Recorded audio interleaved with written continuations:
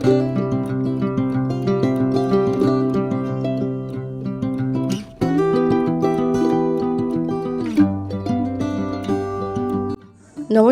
কেমন আছেন সবাই? আশা করি আপনারা সবাই অনেক ভালো আছেন।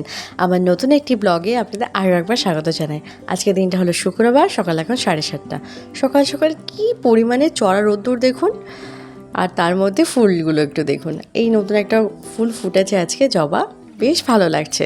তার মধ্যে সকালবেলা একবার গোপালকে খেতে দেওয়া হয়ে গেছে, আর আমি এদিকে বানিয়ে নিয়েছি স্মুদি। এবার স্মুদিটা খেয়ে স্নান করে আরও একবার পুজো দিয়ে ফেলবো। স্নান করা হয়ে গেছে, হয়ে এই যে ফুলগুলো তুলছি, আর ফুলগুলো দেখুন কি অপূর্ব লাগছে। এইগুলো হালকা হলদে হলদে টাইপ, কি ভালো লাগছে তাই না বলুন? এইরকম একটা পিঙ্ক টাইপেরও আছে। পরের বার যখন যাব দেখব এই গাছের মধ্যেই পিঙ্ক কালারের ফুলগুলো পাওয়া যায় কিনা, তাহলে আমি ওটাও নিয়ে আসবো। আবার আস্তে আস্তে নতুন নতুন ডিউটি শুরু হয়ে গেল। আবার সে সকালবেলা উঠে ফুল গাছগুলো দেখা, আবার যত্ন করা, সার দেওয়া, কত রকম কিছু। চলুন, আমার ঘরে তো 3টে গোপাল, এই একটা সবথেকে বড় গোপাল, তার মধ্যে আরও আছে 2টো। এখন স্নান ধান করিয়েছি, এই পোশাকগুলো পরাবো।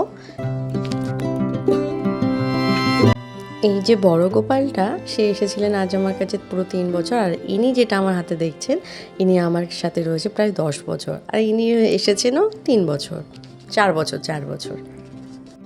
এনাদের স্নান করিয়ে পোশাক পরানো হয়ে গেছে, এবার একটুখানি ভালো করে জিনিসগুলো পরিয়ে দিই।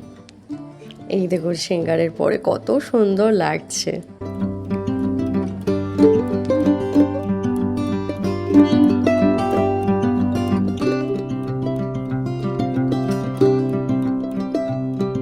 পুজো করা হয়ে গেছে, দেখুন একবার কি দারুণ লাগছে। আর তার মধ্যে যদি নিজের বাগানের ফুল হয় তাহলে তো আরোই ভালো লাগে। কি সুন্দর লাগছে, মনটা একেবারে ভরে গেল। চলুন, এরপরে আছে রান্নাঘরে যাওয়াটা, রান্নাও কিছু আছে। আজকে নিয়েছি পটল চিংড়ি করব, আর একটুখানি উচ্ছে ভাজা, তার সাথে করবো একটু মাছের ঝাল। ছোটো ছোটো মাছ নিয়ে এসছে, তার ঝালগুলো করব। তার মধ্যে এখানে এত পরিমাণে গরম পড়েছে যে লাইটটা খুব ডিস্টার্ব করছে, একবার আসছে যাচ্ছে।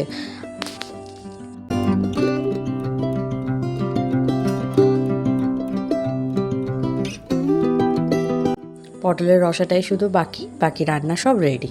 চলুন দেখাই। এই দেখুন উচ্ছে ভাজা, আর আপনাদের তো মাছের ঝালটা দেখাইনি, আর এই হলো মাছের ঝাল। এখন হচ্ছে সন্ধে 7টা মতন বাজে, আমি এদিকে পুজো করছি। তাহলে আজকের ব্লগটা এখানেই শেষ করছি। ভালো লাগলে অবশ্যই করে like and share and subscribe করতে ভুলবেন না, আর অবশ্যই করে জানাবেন কেমন হয়েছে ব্লগটি। ধন্যবাদ সবাইকে, ভালো থাকবেন সবাই।